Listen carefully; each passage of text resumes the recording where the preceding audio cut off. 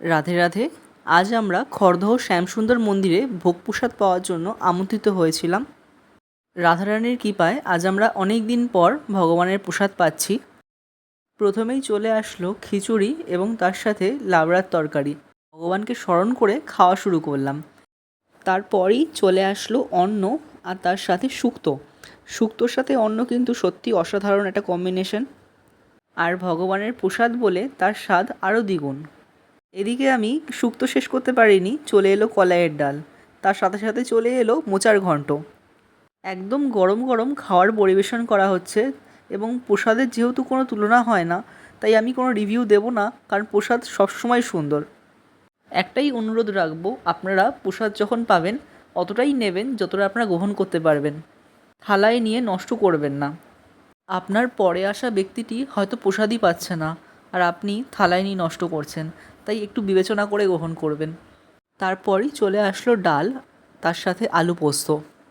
ডাল দিয়ে আলু পোস্ত মাখিয়ে খেতে খেতেই চলে আসলো পোলাও আর তার সাথে ধোকার ডালনা। আগে ভাজা ধোকা পরিবেশন করা হতো, কিন্তু এখন ধোকার ডালনা পরিবেশন করা হয়েছে। খেতে অত্যন্ত সুস্বাদু, আমার মুখে এখনও জল চলে আসছে। তারপরই চলে আসলো ছানার কোফতা। আমি একটুখানি সাদা ভাত সরিয়ে রেখেছিলাম, কারণ আলু পোস্ত দিয়ে খাবো বলে। আলু পোস্ত বরাবরই খুব পছন্দের। কারা কারা ছানার কোফতা খেয়েছেন জানাবেন কমেন্ট বক্সে।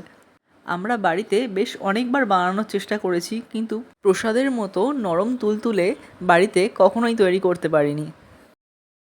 শেষ পাতে চলে আসলো চাটনি আর পায়েস। যখন ছোটোবেলা আমরা প্রসাদ খেতে আসতাম, তখন পায়েস আমরা গ্লাসে নিতাম। তখন পাতলা পায়েস করা হতো, হাত দিয়ে তুলে খেতে ভারী অসুবিধে, তো গ্লাসে করে খাওয়াটা খুব সুবিধে হতো।